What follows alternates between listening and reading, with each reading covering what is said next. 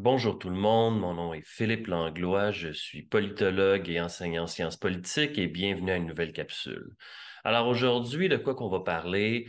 On va parler d'un sujet un peu macabre qui fait référence à un article qui a été publié à la presse dans les dernières semaines, dans la dernière semaine avant l'enregistrement de cette capsule-là, et qui portait sur la surmortalité au Québec.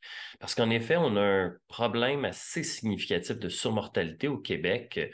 Et ce dont l'article de la presse ne discutait pas, c'est qu'en fait, on retrouve ça un petit peu partout dans le monde. C'est un phénomène assez mystérieux pour lesquels les causes n'ont pas encore été clairement établies et qu'on va visiter aujourd'hui en examinant d'abord, en fait, des banques de statistiques officielles, des agences de santé publique ou des instituts de statistiques un peu partout dans le monde, mais surtout dans les pays plus développés comme les pays comme la Corée du Sud, le Japon, l'Europe et les États-Unis et le Canada.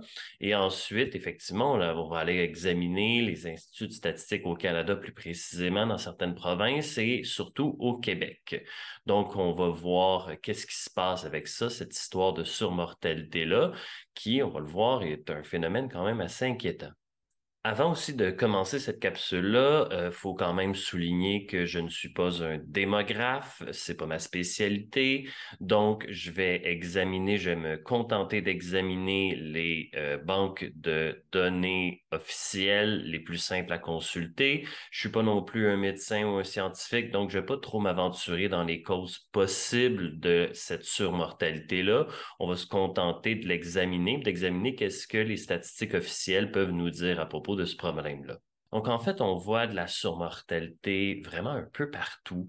On voit des problèmes de surmortalité clairement identifiables aux États-Unis, on en voit au Royaume-Uni, on en voit en Australie, il y en a au Japon, il y en a en Corée, il y en a en Nouvelle-Zélande.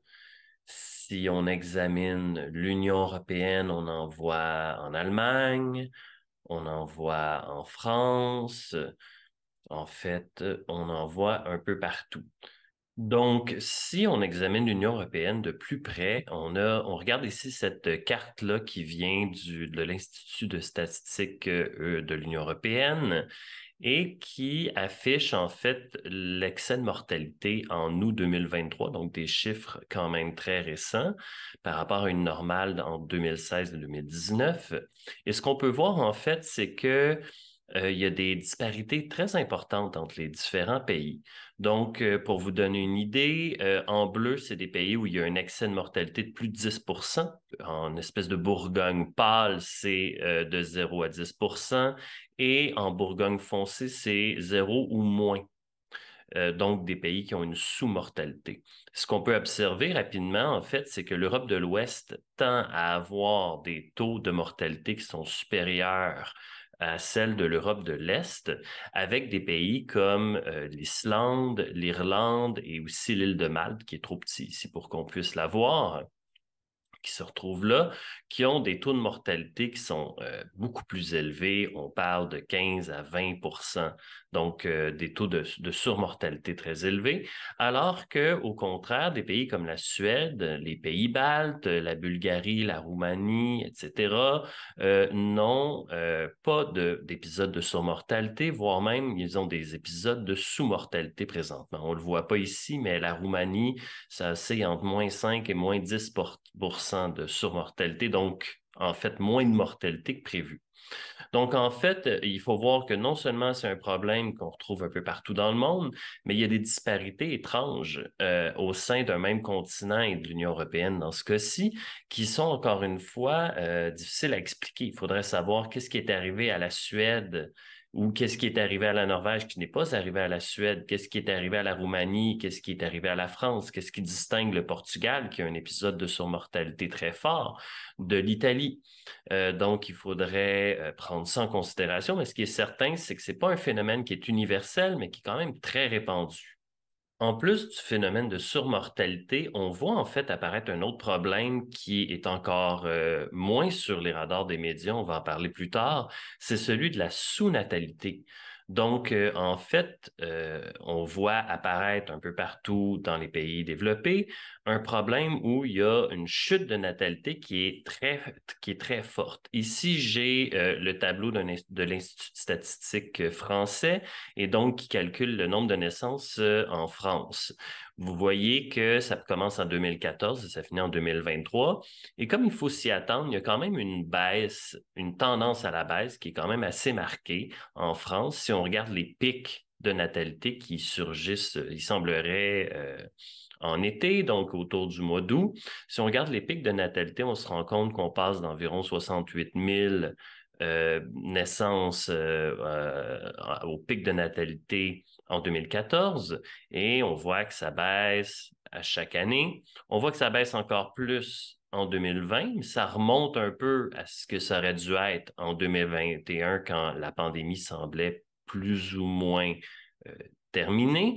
Donc, la pandémie a clairement affecté la natalité en 2020. Il faut s'y attendre avec le confinement et tout. Les gens ont refait des bébés en 2021. Mais à partir de 2022, il y a une baisse qui est encore plus marquée que celle de 2020. Et on passe donc à environ 61 000 naissances au pic. Et ça baisse de façon très marquée, vous le voyez ici, beaucoup plus fort que la tendance normale, à environ 56 000 naissances au pic de 2023. Donc, on voit clairement une baisse de natalité qui est plus forte que la tendance à la baisse qu'on voyait depuis quelques années. Et si vous regardez les chiffres de plusieurs autres pays européens, vous allez trouver le même genre de phénomène, toujours aussi inquiétant. Donc, surmortalité et sous-natalité en même temps de façon étrange. Donc, ce qu'on peut voir ici avec la surmortalité et la sous-natalité, c'est que c'est des phénomènes, en fait, qui ont un timing un peu étrange. Parce que si on voit une surmortalité très claire qui est due à la pandémie de COVID à partir de 2020, on voit que ça commence à baisser en fait en 2021 pour revenir presque à la moyenne, à la normale, et ça repart de plus belle en 2022, plus fort encore qu'en 2020. Et donc, il faut aussi se questionner un peu sur le timing de cette surmortalité. Ici, j'ai trouvé un article qui traite de l'excès de mortalité en Allemagne durant la période 2020-2022 et qui porte justement sur ce timing-là. Donc, c'est un article scientifique revu par les pairs.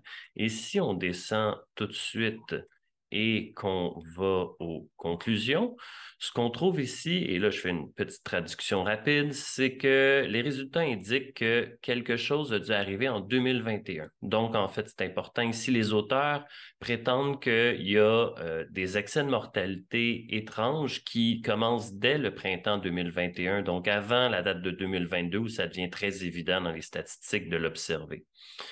Donc, quelque chose qui est arrivé au printemps 2021 et qui a mené à une augmentation soutenue de la mortalité en 2020, donc durant le début de la pandémie de de COVID-19.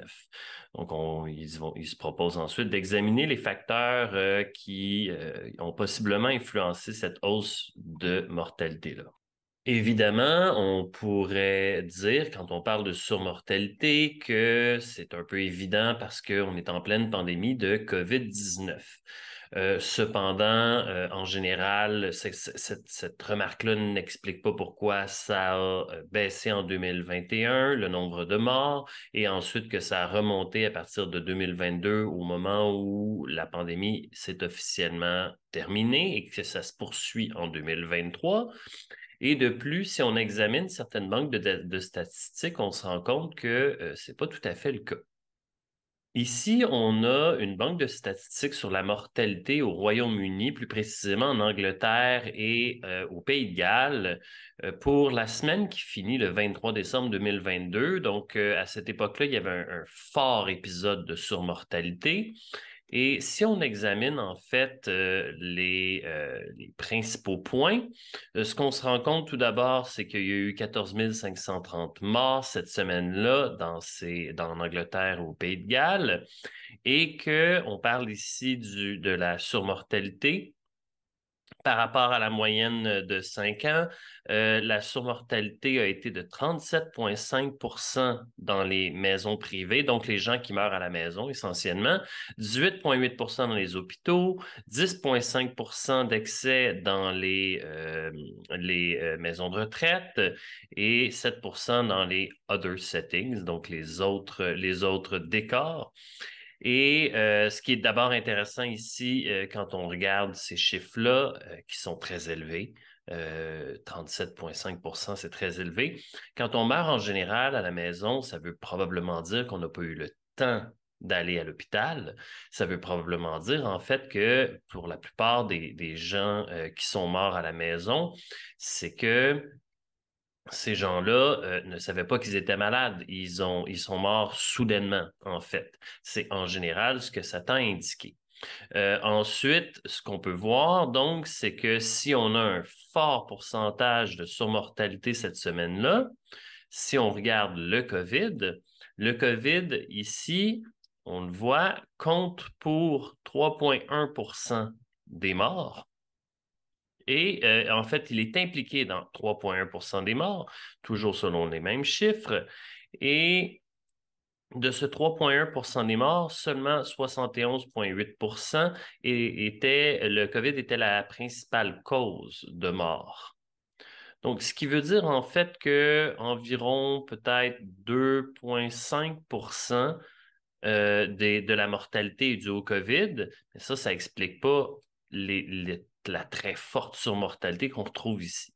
Tout ça pour dire qu'en fait, le COVID ne peut pas être tenu responsable, du moins selon ces banques de données-là, ne peut pas être tenu responsable de la surmortalité à laquelle on assistait à l'époque et encore moins celle à laquelle on assiste présentement.